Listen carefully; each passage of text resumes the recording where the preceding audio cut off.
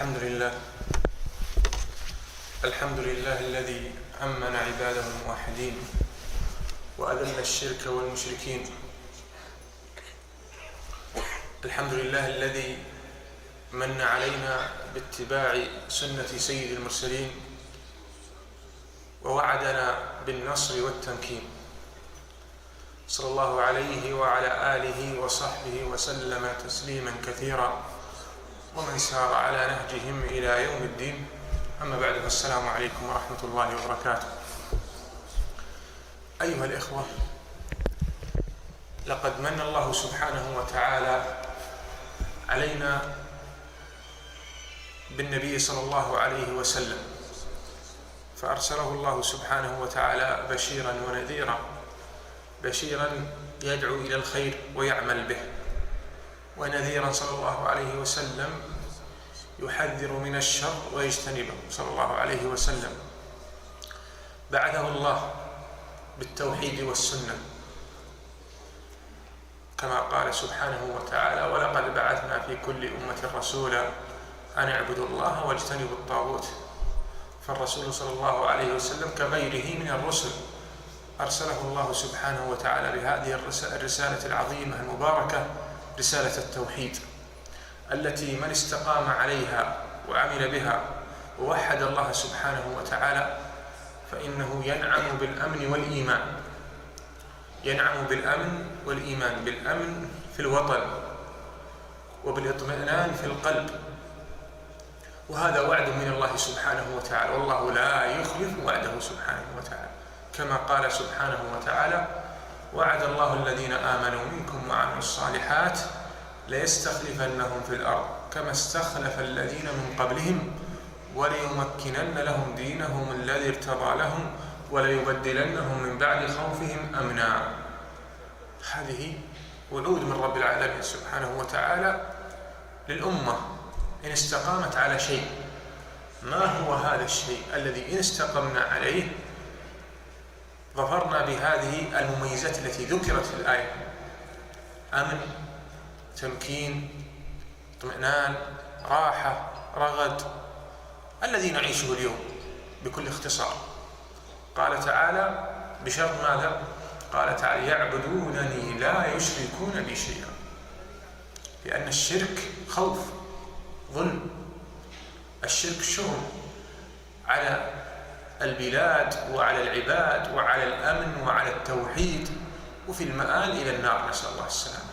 أما التوحيد أمن، فتجد الأمن في وطنك، وتجد الأمن في نفسك، الاطمئنان الموجود في القلب، تجد الانشراح في صدرك لأنك استقمت مع عباد الله الموحدين كما أمرك الله، استقمت على الطريق الصحيح الذي أمر الله بالاستقامة عليه.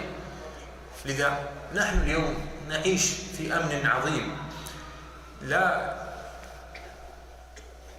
يشعر به إلا من فقده، لا يدرك حقيقة هذا الأمن إلا من فقد هذا الأمن. قد يقول قائل: ما السبب؟ هل هي على قوة الاقتصاد؟ لا والله. بعض الناس هداهم الله يعلقون الأمن في الوطن بقوة الاقتصاد وأمور وغير ذلك. لا، السبب هو التوحيد يا عباد الله، هذا وعد الله، ونحن على التوحيد والسنة ففزنا بهذا الوعد. لذا قال تعالى: يعبدونني لا يشركون بي شيئا، يبدلهم من بعد الخوف أمن، يشرح لهم الصدر، يمكنهم في الأرض، إلى غير ذلك من الوعود الربانية لمن استقام على توحيد الله.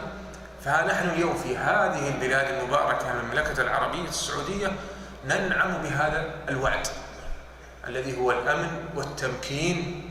لماذا؟ لأننا حققنا التوحيد، فلا قبر يطاف حوله، ولا صنم يعبد من دون الله، ولا آلهة من دون الله، إلى غير ذلك من أمور التوحيد ومشاعره الظاهرة، وتمكين للدعوة إلى الله، الدعوة إلى التوحيد، إلى غير ذلك. لذا قال تعالى: هو الذي أيدك بنصره وبالمؤمنين، يعني النبي صلى الله عليه وسلم، وألف بين قلوبهم لو أنفقت ما في الأرض جميعا ما ألفت بين قلوبهم ولكن الله ألف بينهم. لكن الله ألف بينهم. بماذا ألف الله بينهم؟ ألف بين قلوبهم عندما اجتمعوا على توحيد الله ونبذوا الشرك وأهله. ألف الله بين القلوب، أصبح الموحد يرى الموحد أخا له في الله. لذا التوحيد أمره عظيم فيما نعيشه من أمن، هذا أولا. ثم بعد ذلك اتباع سنة النبي صلى الله عليه وسلم. والموحد الذي يقول أنا من الموحدين نقول لا بد لك إذا كنت فعلا على التوحيد فاتبع سنة سيد المرسلين صلى الله عليه وسلم، لأن الإنسان لا يكون من الموحد إلا بعد اتباعه للسنة.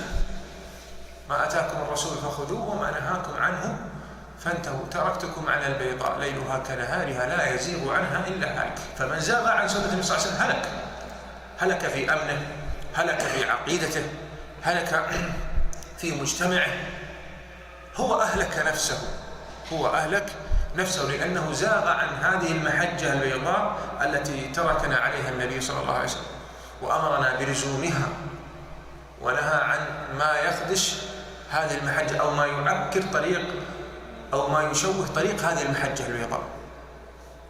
إذن السبب الرئيسي الذي يجعلنا نعيش في هذا البلد بالأمن نقول التوحيد واتباع سنة النبي صلى الله عليه وسلم. لذا الشرك دائما تجد أن أهله خائفون متشتتون في بلادهم لا يأمنون. لماذا؟ لأنهم ما التزموا بالأمر الذي خلقوا له ولم يمتثلوا لرب العالمين. قال تعالى وما خلقت الجن والإنس إلا ليعبدون.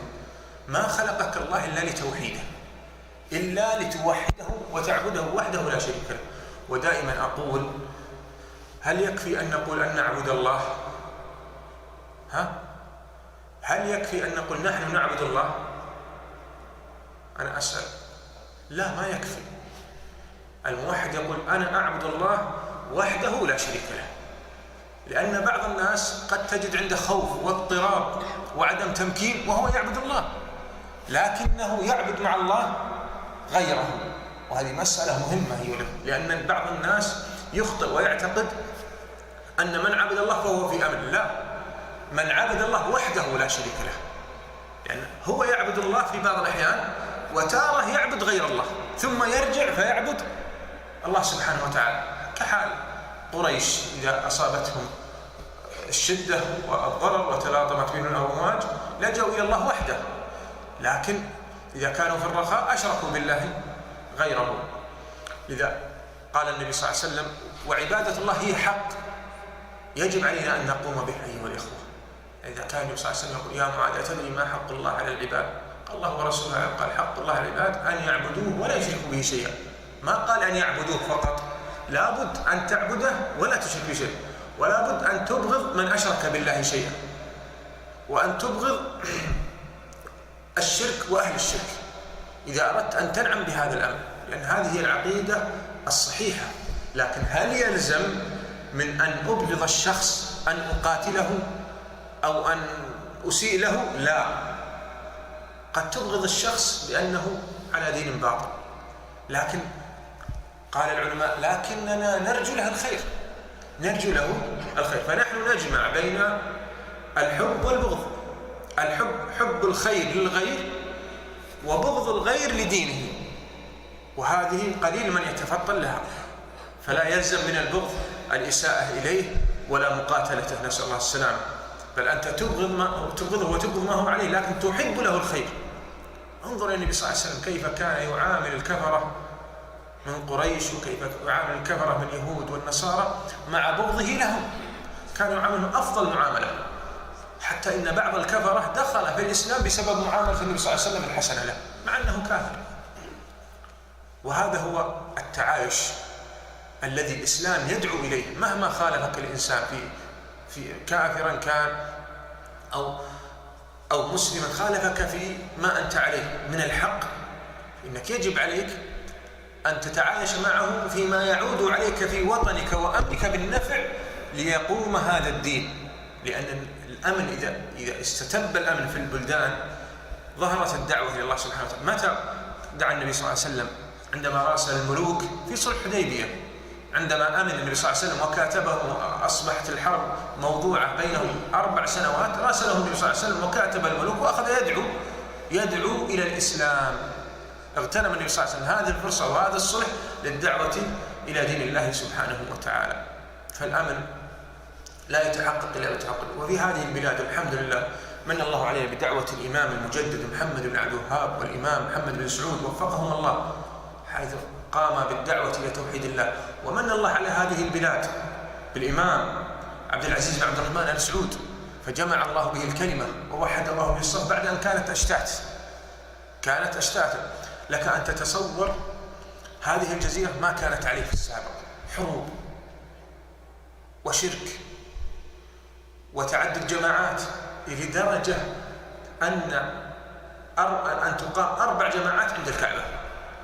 الحنابلة يصلون بإمامهم، والشافعية يصلون بإمامهم، والمالكية يصلون بإمامهم، والحنفية يصلون بإمامهم. 4 مذاهب، كل مذهب له إمامه. إذا انتهى هذا من فرضه قام هذا وصلى الفرض الآخر. هل هذا منظر يدعو للأمن؟ لا والله، الاختلاف شر وعذاب، والفرقة ليست رحمة بل هي عذاب كما أخبر الصحابة رضي الله عنهم. فعندما قام الإمام عبد العزيز بن عبد الرحمن بالدعوة ووحد البلاد، جمع الناس خلف إمام واحد، فأصبحت القوة والشوكة والنصر والتمكين لدين الله سبحانه وتعالى. لأن من مقاصد الشرع الاجتماع وعدم الاختلاف، وهذا لا يحصل إلا بماذا؟ إلا بالتوحيد وإقامته. تجد الموحد دائما يسعى لجمع الكلمة، يسعى لنبذ الفرقة، يسعى للاجتماع، يسعى للائتلاف، ينصح الناس، يبين لهم، يرحم الناس. أرحم الناس بالناس الذي يدعوهم إلى تحقيق أمنهم، ولا تحقيق الأمن إلا بتوحيد الله سبحانه وتعالى، بتوحيد الله سبحانه. لذا تجد أن المشرك دائما حتى وإن والله إنه في خوف، يخاف الموت. الموحد ما يخاف الموت، لأنه ما دام على طاعة الله وعلى طاعة النبي صلى الله عليه وسلم فإنه إن مات فهو من أهل الجنة، ما دام أنه موحد الله سبحانه وتعالى فإنه يرجو من الله الجنة. لكن المشرك ماذا يرجو النار. تجد في قلبه خوف واضطراب نفسي. أما الموحد لا، مهما حصل له من فقر ومن ابتلاء وامتحان واختبار إلا أنه في نعمة عظيمة، نعمة الأمن في قلبه، الاطمئنان في قلبه قبل أن يظفر بنعمة الأمن في بلده. إذن وهذه بشارة الموحد في الدنيا وفي الآخرة، كما في الحديث القدسي: يا ابن آدم، في الحديث القدسي قال الله في الحديث القدسي: يا ابن آدم لو أتيتني بقراب الأرض خطايا ثم لقيتني لا تشرك بي شيئا لأتيتك بقرابها مغفرة. هذا الموحد دائما يستبشر بمثل هذه الأحاديث، يستبشر بها ويفرح. لو أتيت الله سبحانه وتعالى بقراب الأرض خطايا ثم لقيته لا تشرك بالله شيئا، لكنك بشرط تقيم الصلاة وتعبد الله وحده لا شريك له، لاستقبلك الله سبحانه وتعالى بالمغفرة والرحمة، لأنك من عباده الموحدين. وهذا دائما يدعوك الاستقامة على دين الله وفعل الأعمال الصالحة. نسأل الله سبحانه وتعالى أن يرزقنا وإياكم الأمن في البلدان، وأن يرزقنا وإياكم اتباع سنة سيدي ولد عدنان، صلى الله وسلم وبارك على محمد وعلى آله وصحبه أجمعين.